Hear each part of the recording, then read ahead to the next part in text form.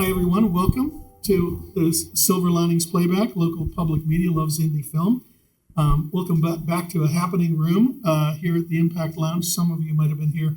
I know at least a couple of you were here yesterday for a really interesting discussion, the Public Investment Renaissance, a new vision for publicly supported documentary film.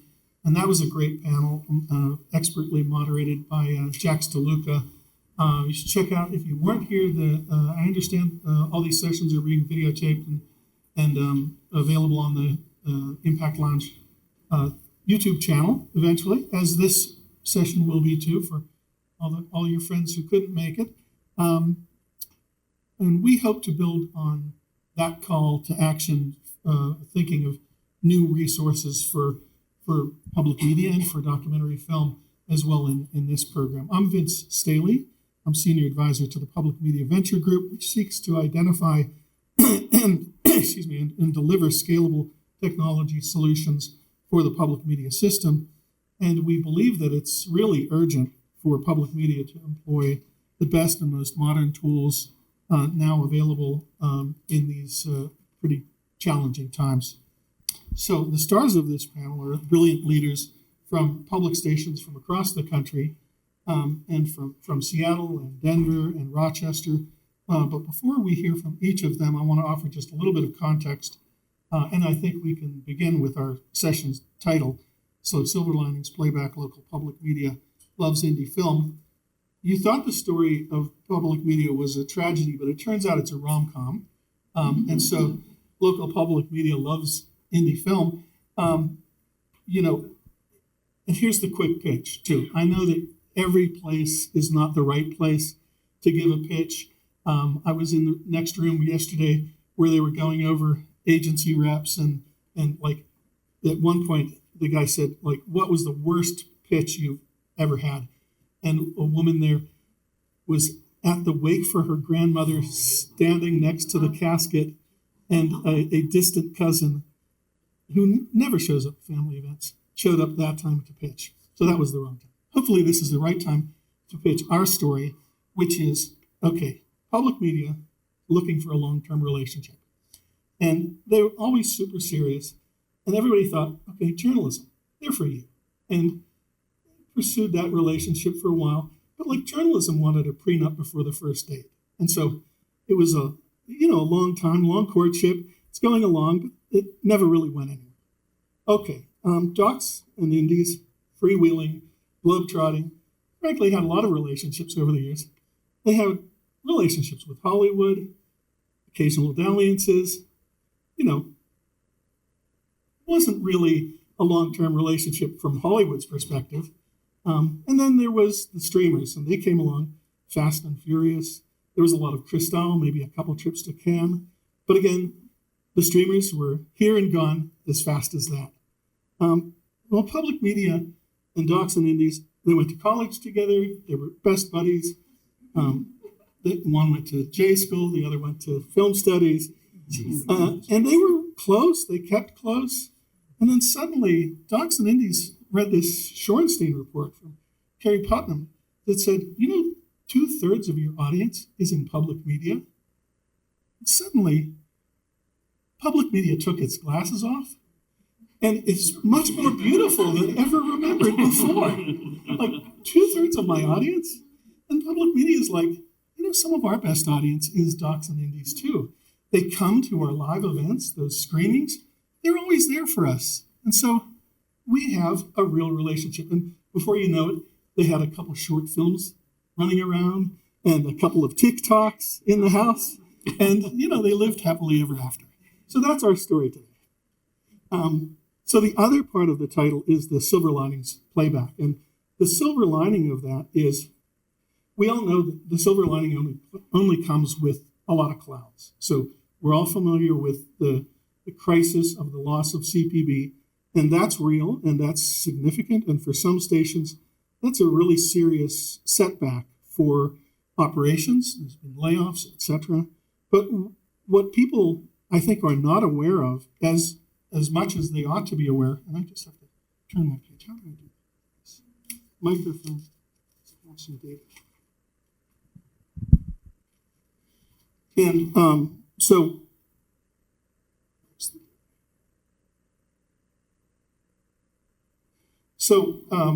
most people aren't aware that the American people have stepped up and in huge numbers have come forward with the loss of CPB, with the cutbacks in federal funding. Your members, average donors, supporters, viewers like you, listeners like you have stepped up, and by more than 60% nationwide, overall giving from members is up to stations. And similarly, in the months from September through November, likewise, the number of new donors to public media rose by more than 100% in the same time frame. And these are just a couple of the data points that are in a generally upward surge of giving by individual members across the country. So for anyone who wants to understand just how much money is being raised by the system, go to current.org, where they cover the field of public media, and you can see the CDP index, which is the Contributor Development Partnership Index, which draws data from fundraising results at more than 170 stations nationwide. And you don't have to take my word for it. Hillary over here works at CDP, I learned this afternoon. And so you can learn more here or at current.org. And that's just the context that actually public media and docs and indies have been working together for the longest time. They have a lot to build on in terms of the relationship, and there is a lot of money in the system still. And those individual donors who are supporting the local stations can also be supporters of film. And we're going to get into a little bit of that marketplace impact too. So I hope you appreciate the silver lining that we offer. And I want to turn now to, I want to ask just who's in the room. Let's see, are there any public media officials, local stations or otherwise in the film? Raise your hands. Okay, and then filmmakers, directors, producers, etc., raise your hands. And then if there are funders in the room, discreetly raise your eyebrows. Right, okay, so great. Now I want to get to our panel. And first up, we want to hear from Kevin Colligan, VP for Media and Innovation at Cascade Public Media in Seattle, who really has developed some incredible tools for what we're talking about here today. And share with us, Kevin, what you're working on. Sure. Hi, everybody. Even before rescission kicked in, we were pretty sure that local public media, the business model, had an expiration date. When you're talking about local broadcasters and just the seismic shift of viewing to streaming, it was pretty clear that we needed to move our member-supported, mission-driven work to a streaming platform. Unfortunately, when we're looking at projections for like the PBS app, which is the national app that could localize the stations, it just wasn't providing the type of growth that we would need to offset our declining broadcast revenues.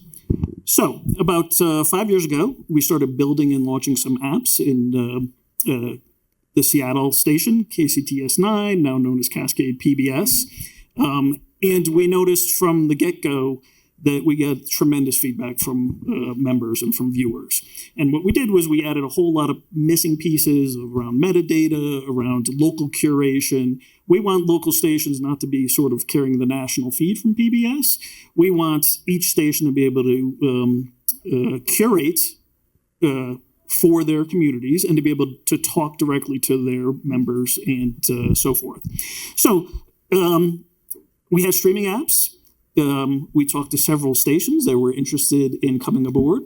So we got together a few stations. We had 8 stations came in, put a little bit of seed money in, and we moved our local streaming platform from Seattle to be multi-tenant and nationwide.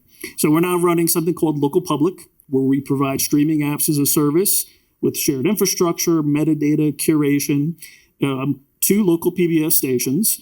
And these are different stations. The stations are really changing. to being member-supported streaming services. I think we've got the first video clip here is a promo from WETA, WETA, the Washington, D.C. station that produces NewsHour and all that.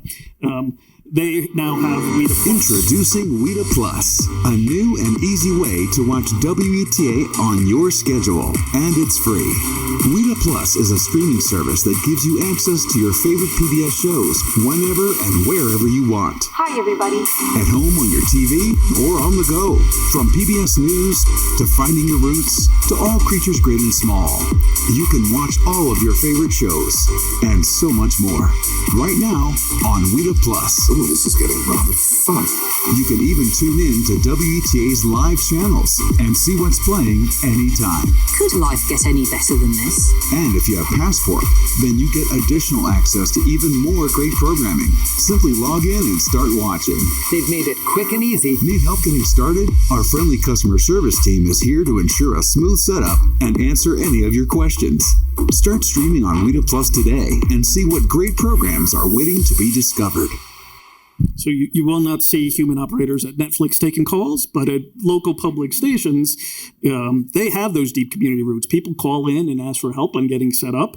And a lot of traditional PBS members are older, so need a little bit more sort of hand-holding to shift over to the streaming world. We feel like we've made a lot of progress with these apps and reaching people, and we've seen in Seattle that we've doubled the amount of revenue that we had earned from streaming in the past from the PBS app. And we're about to have a webinar in the near future where Rocky Mountain, PBS, and WETA will talk about their return on investment. But so far, it's been very promising for stations. Great. That's not really the big news we're here to talk about, though. The big news is now that we have this delivery mechanism where we've got stations working together, experimenting, sharing results, we're building programming pipelines to feed additional programming into the system. So this is, we did a dry run with the Seattle International Film Festival last year, where we acquired 12 films. We had them introduced by curators at the film festival, or they, for some of the films, we were able to interview some creators, producer, director. And then we acquire that for our streaming service, as well as broadcast, as well as having live screening events in concert with the film festival. So that was a dry run for 12 films. We're building now a public marketplace that is will make it a lot easier. We aim to get to 30 films per year with each film festival, each sizable film festival partner. And this is a model that we want to bring to other stations. And other stations have similar partnerships in the works as well. But the idea is we're looking to bring in new programming, new pipelines of more diverse programming, attracting younger audience, and then delivering that programming on streaming where people are, broadcast, which is a huge promotional lever for us now, even with the shrinking audiences, and in cinema, in exhibition to build on that community. So that's kind of what we're doing now. Right now, Cascade PBS is running this, but we'll be spinning off very shortly and will be owned by multiple stations.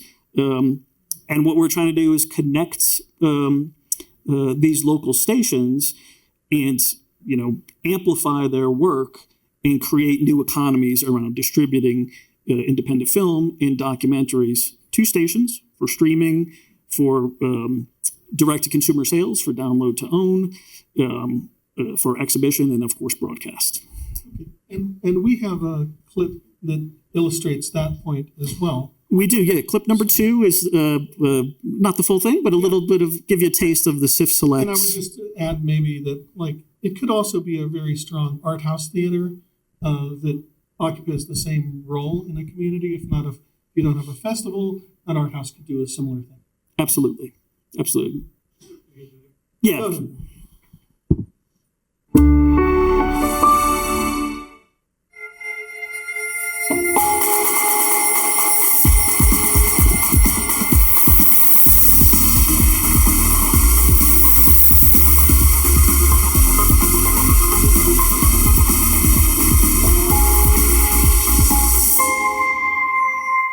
Hi, I'm Beth Barrett, Artistic Director at SIF, and this is SIF Selects on Cascade PBS.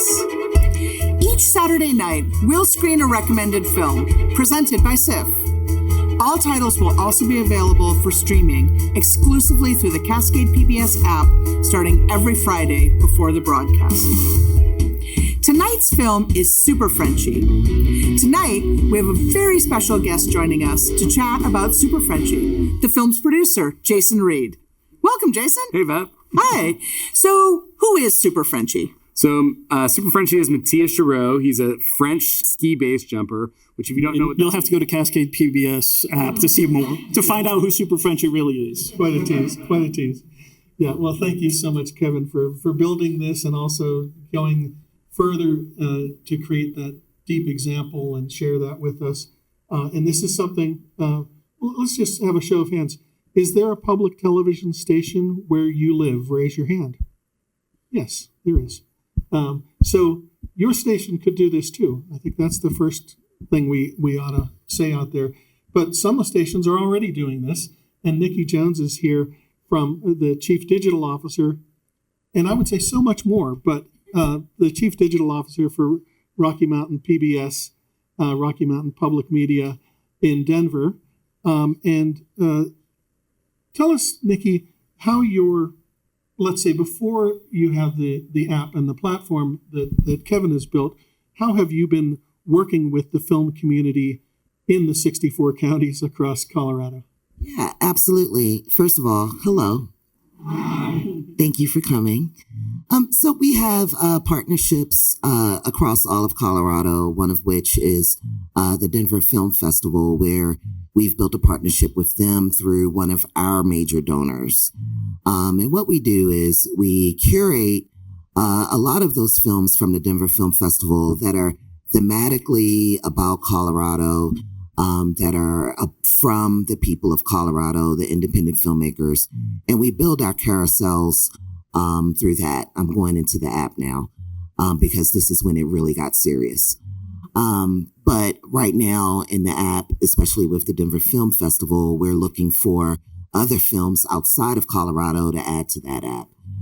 So our experiences with Kevin and the platform, the technology that was built, first of all, I want to say that this technology was not built in Silicon Valley, right? Like the developers and the builders built it off of the public media ethos, which is, making sure that all of us, marginalized communities, everyone here has a voice and that are seen or heard. And that technology was built with that ethos, right? Giving local stations the opportunity to put I'll use Colorado as an example, all of our audience, and, show them that they have a voice and can be seen in all of our content, whether it's national PBS, whether it's what's trending in Colorado, whether it's the work that we do with local filmmakers and local documentarians, and the partnerships that we formed with the students at CU Boulder and CU Denver and University of Denver.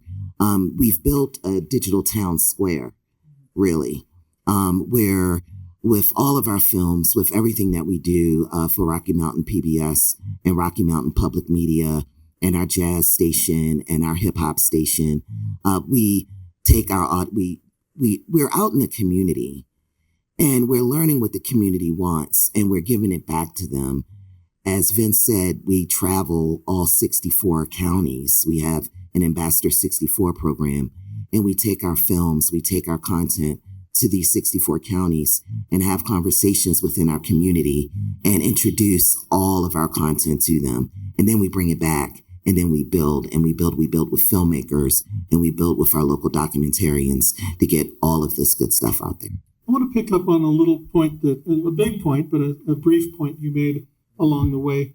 And that is, let's just say, for starters, the silver linings implies that there are some gray clouds and some very heavy clouds in our midst. And so not to skip past that and understand that, out of Washington, there were a lot of controversies around whose voices would be heard in the big debates over public media. And some people were encouraged to keep their voices down or pull their punches and not be as present in these dialogues. And what I think was really important is some of your carousels feature those voices. And at the local level, at the state level, the stations have the relationships with their communities to have real talk and to share those things and to have the courage to continue to carry those voices. And that's really, I think, one of the positive things of this moment is when we no longer have to worry about losing the money's gone. Now you can say the thing you didn't say when you were worried about losing the money, and say it. So. And we say it hard. We say it loud, and we say it with our chest. In HD. In HD. But we're cheerful also because it's a silver lining after all. Anyway, so now let's say a little bit more about how you're going to use the platform looking forward and building out the sort of marketplace in the community. Mm-hmm. We want all of the things. We're looking for all of the voices, whether you were marginalized before, whether you feel like you're not going to have a distribution deal, we're here, right? Like there's a lower barrier of entry into your public media station. You could give us 5 minutes. You could give us 5 hours.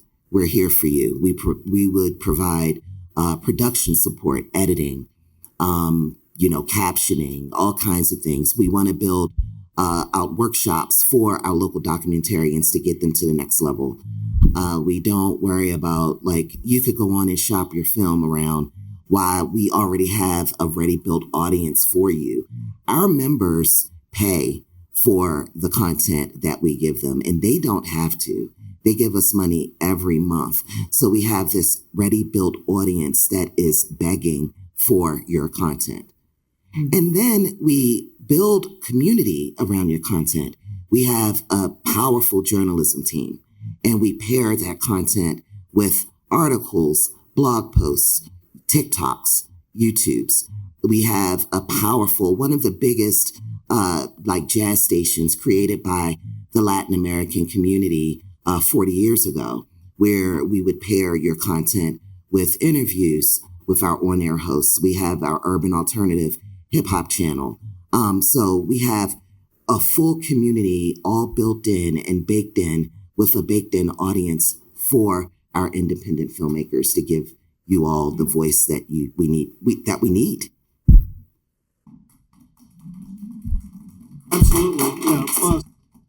So let's just go over that briefly again. It's not just a television station, and it's not just a dual licensee. All of the elements. If you could just unpack each of the elements in the full range of services you provide. Yeah, absolutely. So we have a civic engagement team, which is a combination of journalism and events, right? And they're responsible for a program that we're calling Ambassador 64, where we travel the entire state of Colorado, all 64 counties, where we have volunteers in all 64 counties along with us, and we do film screenings. We screen, like right now, next week, we're screening a documentary called Stripped for Parts, where it's about, following journalists who are fighting a good fight against corporations and corporate extraction from our democracy. And we're going to have conversations after the screening. We have maybe about an hour and a half dialogue where it's fully facilitated. And some of the questions, or topics that we're going to discuss is why local journalism is powerful and needed for our democracy and how it's falling, right? So we do that for as many films as we possibly can. We have two radio stations where we build. So we have these products at Rocky Mountain Public Media where we want to and do build holistic stories across all of our different platforms, right? With Stripped for Parts, on our hip hop channel, we may have that documentarian in-house giving us their top 10 hip hop shows, of all time, right? While telling their story on how they made the film and what impact that they know that they're going to have on us. So yeah, like we have our journalism team who are our multimedia journalists who create our original content. If you have a chance, YouTube Colorado Experience, right, where we tell a story every season of different experiences throughout Colorado, whether it be wolves, sheep, or peaches, right? So we have this entire universe of products and brands to tell all of our filmmakers and documentarian stories. Wonderful, wonderful. And if you ever have reason to go to Colorado, I'm not saying why you might. Please keep this in mind. So, anyway, if you thought that was a lot, so Chris Hastings is here, President and CEO of WXXI Public Media in Rochester. The range of products and services you deliver beyond broadcast, beyond PBS, is kind of astounding. I thought we had a great panel when I flew out here, and over lunch today, I was astounded at the range of things you do. And so maybe if you could just share with us a little bit about briefly the range of services you have before we get into the film thing. The three companies? The whole thing. It's funny. The whole thing. I joke with the staff when I started a year ago. I said, we're Rochester Disney. In that we're servicing our community across broadcast television and streaming, broadcast radio and streaming, public theater, an art house theater that is 96 years old. It's a working theater 7 days a week where they do live music 6 nights a week and movies. And we have an alternate newspaper that we own called City Magazine. And so my portfolio is broad in that each of those platforms, they hit a different audience. And when we talk about the radio, the radio channels, we actually operate 7 radio channels. One of them is All News, WXXI News, WXXI Classical. And if you know anything about Rochester, University of Rochester Eastman School of Music is profound for classical music, which is one of our big partners. We run a AAA radio station, which even though it serves Rochester, it's in partnership with the University of Rochester. We branded it The Root, and it's a robust streaming service of music 24 hours a day. And I keep saying to everybody, we're going to probably start marketing it in China to build up audience, because you can get it all over the world. It's an exciting entrepreneurial public media station that I am running. And you haven't been there long. Just over a whole 13 months. I started 5 days after the election. Oh wow! Yeah. But I did it with intention because I had a feeling what was going to happen, and I really do think this particular station is a beacon for what this could look like in the future. And so I've said it. After I got there, I was like, you know what? I'm not going to worry about that cut, and because what I need to do is to educate our audience on what's possible on the other side. And while we lost $1.9 million, within 2 months, the community came in with $2.1 million. Right? Yeah. You started your intro, you talked about the silver lining. The silver lining is that public media was always about the people. Mm-hmm. And with this cut and CPB going away, it goes back pre-1967 when the mission was we needed to do content for underrepresented audiences, and those audiences are at the center of what we need to be about. It's not about the national platforms of PBS and NPR. It's about Rocky Mountain Public Television. It's about Cascade Public Media. It's about getting to basics. Make content for the people in front of you. If you do that, the money will come if you're entrepreneurial, if you ask, if you come up with new revenue streams, if we figure out other ways to monetize what we do. And the most important thing, partnership. Independent filmmakers are our first partners. I often say to people, if you love Mr. Rogers, we always put Mr. Rogers out there as the PBS brand. Mr. Rogers was an independent filmmaker, a content creator. He just wanted to make a show for kids. He is the architect of what it's like to make a show and partner with public media and build up an audience. Mm-hmm. We just got to get back to basics. The silver lining is I think the audience is telling us that we are vital. Mm-hmm. And if we keep experimenting and investing in new platforms, investing in new forms, The Drop is dope. Listen to it. They have like live concerts where they bring thousands of people. We need to open those doorways to audiences that sometimes got left behind over the past 50 years. Now we really can serve those audiences that we need to grow. So one of the things I think that happened is people, and I'm just guessing, but I mean observing, people stepped up to save public media, even though they were not previously members. Maybe they weren't even listeners. And so you have a big surge in new donors to public media. Those new donors are coming with modern expectations of how people serve media. And so the urgency of changing the way, the staid kind of conservative rearguard way of just broadcast on the hour. This is what we're serving. This is what you're eating kind of mode of thinking. I wonder if you could speak to how we adapt to the modern audience with modern. Well, it's not about tune-in anymore, right? It's really about the platforms and where they are, the doorways where they want to be. It's why it's important when we talk about the Cascade app, it's building a doorway that's very specific. And if you have something for them, it's there all the time.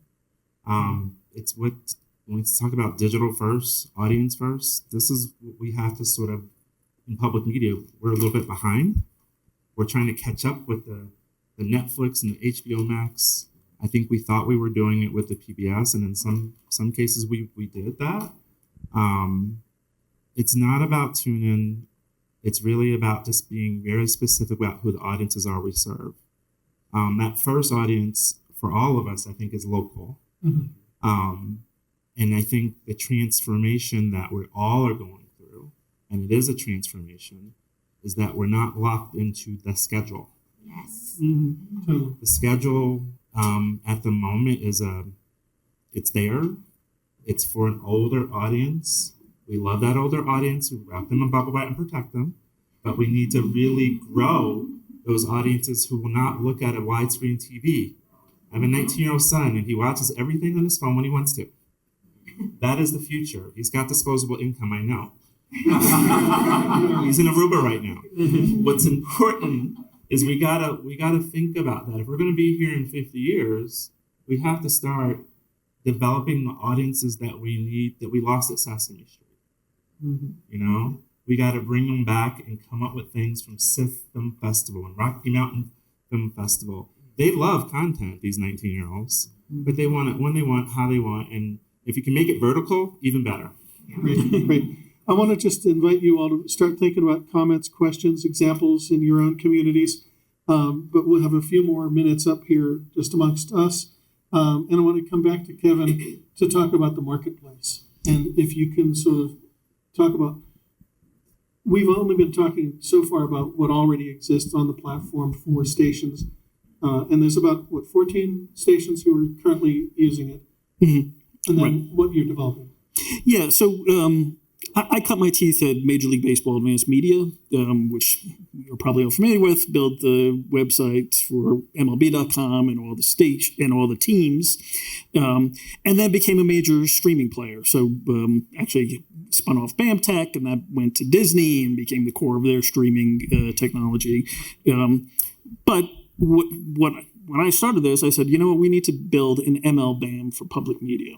And what that means is a services and technology company, technology and media company that can bring the best tools to stations, so local stations can do what they do without breaking the bank and reinventing the wheel to build their own apps or their own recommendation engine, with being able to benefit from all of the work collectively that we're doing, but still having that local sensibility.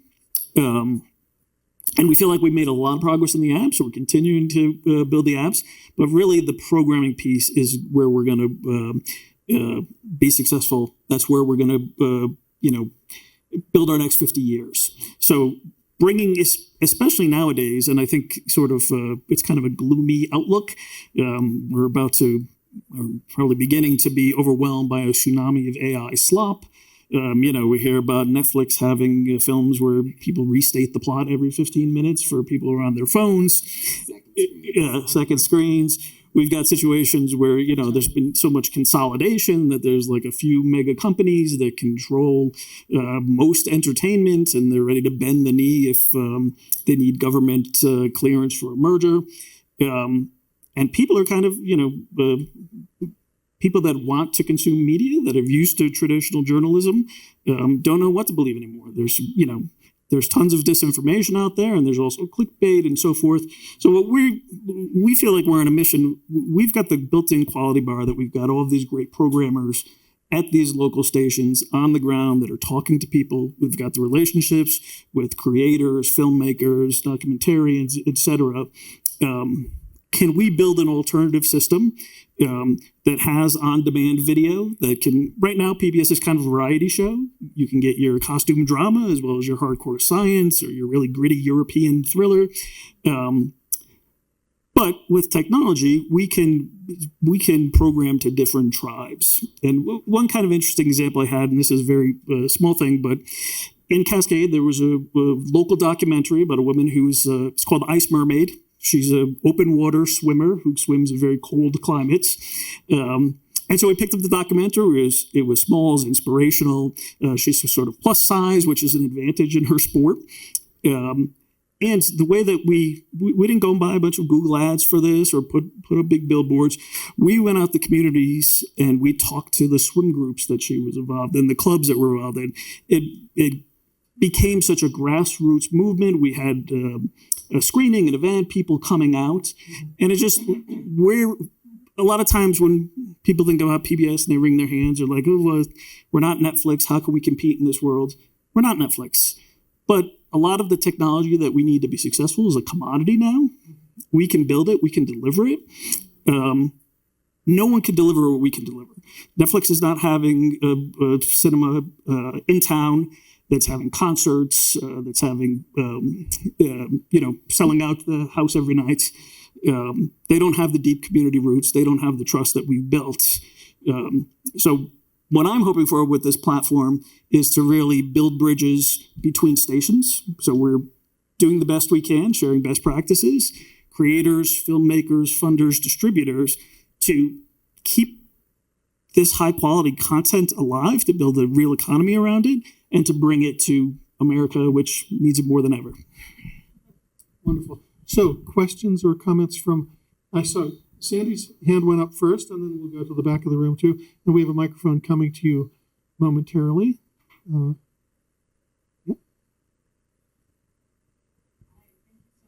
And if you care to identify yourself, you can. Sure. Hi, everyone. I'm Sandy Hers, longtime philanthropy, storytelling, and social change person. And previously at Skoll Foundation, Sobrato Philanthropies, an advisor to the Impact Lounge. So this is something of a comment, observation, and something also of a question back to you all. One of the themes that I'm really seeing is this shift from broadcast to affinity marketing, where we can no longer count on people tuning in and instead have to find networks and influencers and creators who will endorse what you're putting out and drive the market to you. When I was at Skoll, we really focused on partnerships, and partnerships that could bring a brand, could bring a platform, and could bring a network. And I feel like you're providing great examples of this. Christopher, I love what you're doing with bringing in younger audiences, thinking about what's digital, and appealing to a younger demographic, because I feel like that's the future of public media.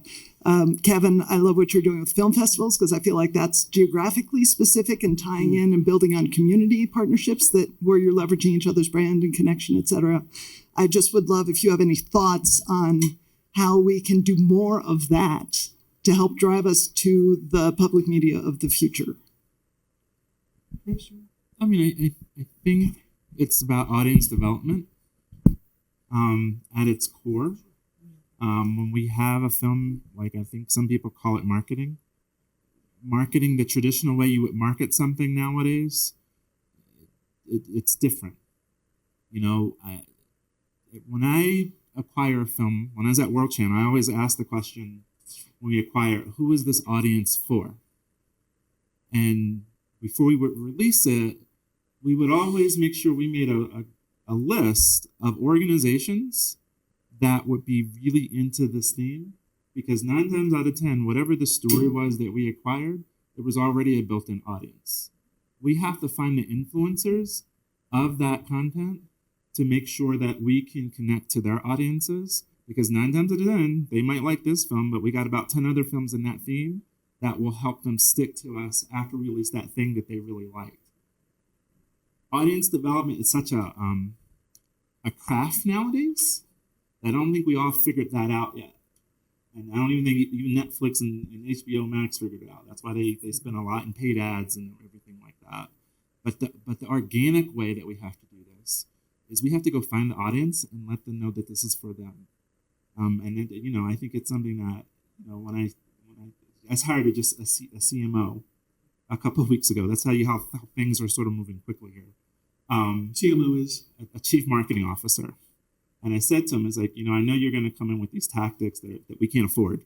And I said, "You're going to have to figure out for everything that we're doing, all the many things, the theater, the route, we got to figure out who are the audience for each of these things. That's what we're going to invest in before we invest in those baseline tactics." What some people call the smallest viable audience. And Totally. how many of those smallest viable audiences you can assemble. We organized a meeting, the Public Media Leadership Summit at Google NYC in October, and Seth Godin was our keynote, and Seth is an amazing author and speaker, and he just let off, you know, you think this is the worst time for public media, but this is the best time for public media, because this is the time, and it's also the last time for public media that you have a chance to actually break out of the broadcast linear spectrum way of doing things and reach your audience where they are on digital, all of your audiences. So in the back, you had your hand up. Thank you all so much for being here. This is fascinating. I'm Virginia Schneider, and I produce content. And my good friend who was working for public media at I shall not mention it, they lost a ton of funding. So she was out of a job and fortunately has got something else. But my question is, these wonderful projects that you all are doing, I just want clarification, you're working with creatives in your particular state and geographical locations, right? Is that what I understand? I think you should always start local. Right. Right. And then would this be something that, it's probably a conversation for afterwards, but for creators that live in other places other than your all's locations, are you trying to get to a point where you can encourage other locations to start the same thing? Yes. And then they would work with their content creators. And then if that's the case, at some point, would then somebody in Kentucky who did their film be showing their film in Colorado? Does that make sense? So you're trying to am I thinking really long term here? Is that no, you're actually thinking today, right? Like, so to Chris's point, we always think local. We want everyone to think local. We have over 330 local media stations, local public media stations across the country. However, speaking for Colorado, you could be in Kentucky, you could be in Nashville, you could be in LA. If it resonates with our audience, we want it, right? It could be about wolves. We have a wolf problem. You know, it could be about cannabis and the joys of it. You know, if it speaks to Colorado, we want it. So yes, let's talk. Now Like we right gonna now, talk? right now, Rocky Mountain Public Media is building a more updated web portal for independent filmmakers and documentarians to just hit us up and submit. Right? Like so, but I can give you any of you my card and we can talk, right? So that we can get your submissions in, and move forward. Can I just add real quick? Is you have to think of each of these public media stations, and there are thousands of them. Oh, with NPR, yeah. Well, if you count NPR, because NPR is doing video too.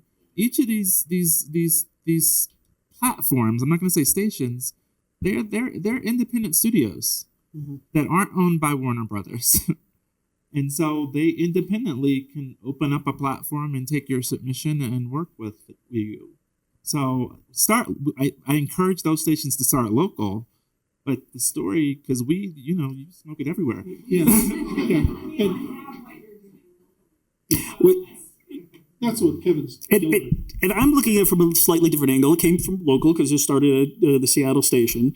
But we're looking to bring a national scale to empower local to do better what they're doing. And so, for example, the program marketplace that we talked a little bit about, that's going to be a marketplace that has three main audiences. One will be for funders, where stations or programming partners can bring up films that need finishing funds. So sort of like what you're saying, but it would be something that will be open to all PBS stations. Then there will be a ready-made store where programming independent films, independent documentaries that, again, we have the quality level of you would go through your local station or through one of these programming groups. And then be able to bring that programming to stations. This would be on a content that is licensed for a fee. It's tied directly to the streaming platform. So having multiple stations here, we're building Kickstarter-like tools. So individually, stations don't necessarily have big programming budgets, but collectively we do. So allow us to kind of buy in bulks, buy tiers of content, et cetera. So that's a ready-made market. So for documentaries, films are looking for distribution. And we've got something that we call Foost. We made that up. It's our answer to FAST TV, so free ad-supported television. We're building a free user and underwriting supported television, where our last piece, this would be for programming that is probably coming from stations or from nonprofit organizations that would be freely exchanged to all PBS stations with monetization level attached. So you can attach your underwriting to it. So there is a financial incentive for the maker. And this would be distributed both as kind of AVOD, but not quite AVOD, as well as having these Foost channels, which when we showed the WEDA clip there, it showed a little bit about their live section, where it had their main channel and several of their sub-channels. What we'd like to do is build out kind of a high-quality Tubi, where we have maybe a channel on... yes, sorry. We'll fix that in post. Where we have, we're working with APT, maybe we have a travel channel or a cooking channel or and we're building this platform to be decentralized. So although I'm building it right now and Cascade owns it, any station that's on the platform individually or as a group can put together their own Foost channel that then they can distribute to any of the other stations. So to be a marketplace. To be a marketplace, exactly. All right, we should go on, but this is where the Netflix commentary device would say, he remarked on finishing funds for films a few moments ago, and that way, people who weren't paying attention. Yes, exactly, right. First of all, terrific discussion. There's really a lot of eye-opening stuff, so great to hear from you. My name is KJ Green. I am a law professor in Los Angeles. I teach entertainment law, copyright law, and I've been writing about IP's impact on marginalized communities for over 20 years now. My question was a little bit about the acquisition process. My only experience working with a public network has been BBC, and that was pretty much the same as working with Warner Brothers or Netflix. The process was. Yeah. So how do you acquire works, and Are you signing agreements with filmmakers, and then what happens with the intellectual property? Those are my questions. So, so before I got to this job, I oversaw a national distribution channel, World Channel, which is based at WGBH. And so I built a whole network of filmmakers that we acquired films with from around the world, and everything came with a license agreement, particularly if you owned it. And it had a contract, it had a fee, it had terms, whether it was a domestic acquisition or a worldwide distribution. Before I left, I had built in terms for home video distribution with revenue splits. I think every platform is going to have its own situation. I would assume you all. So I'm building the whole infrastructure at DexXI that's similar to what I did at World, where when we go into partnership with you, it's a business deal. And my hope is over the next couple of years, we'll be able to do larger acquisition fees, revenue splits for home video. Like I'm loving the whole marketplace thing and sharing between. That means that when I acquire films, I want national distribution. Because of YouTube, I'm probably going to ask you for worldwide distribution. But I think every deal is different because every filmmaker has different needs. When we think about your content, as far as I'm concerned, is yours. But when you enter into an agreement, it's a partnership, right? Before I left GBH, I had well over 400 films under acquisitions over the years that we had been there. And each deal, we tried to make them as equitable as we can, but they were business deals, relationships. And so as we sort of move forward, I think what we want to try to do at each station is work with them to show them how that works, but then also build up this marketplace, which is beautiful, where if we acquire it, you acquire it once, but you're able to sort of make it a benefit distribution for the filmmaker where we can share it across the world. Do you want to just speak to the licensing on the? Sure. So licensing, we're going to have a range of licensing. Each project may be different, but we'll certainly be asking for streaming. We'll certainly be asking for broadcasts, for exhibition, for our Foost type of rights as well. And this is kind of a menu where you can say all of the above, or you could say, no, this is just for broadcast, or this is just for streaming. We really don't like just for broadcast because streaming is our future and we're doubling down in that world. But, we might make that occasion. Now, remember, we've got all this great programming that comes in from PBS, so there's a lot of that programming that's coming in. We don't pay a fee for that. We pay our membership fee to PBS. We've got a lot of interesting programming coming in from APT, from NITA, from other programming groups as well. We don't see ourselves as competitors to those groups necessarily, but as additive to build more pipelines and to get more local and to just better serve our communities. And I should say it's a two-way street too. We want to bring the best of the world to our community and the best of our community to the world. Any other questions? There's one here in the second row. Hi, thank you so much for this discussion. My name is Luis Aguirre. I'm the executive director of the University of Florida's Orange and Blue Film Festival, with the largest student film festival in the state. And we are recently testing a pilot program with our local sort of North Florida PBS station for distribution for 30 films, so around the same cap. What we're finding is that the content we curate is specifically for Gen Z audiences, and we're really, really good at driving those audiences out to the festival and to engage with that content. So we're bringing those audiences into sort of the PBS world. It's hard to get the amplification on broadcast because those audiences don't kind of exist in that space.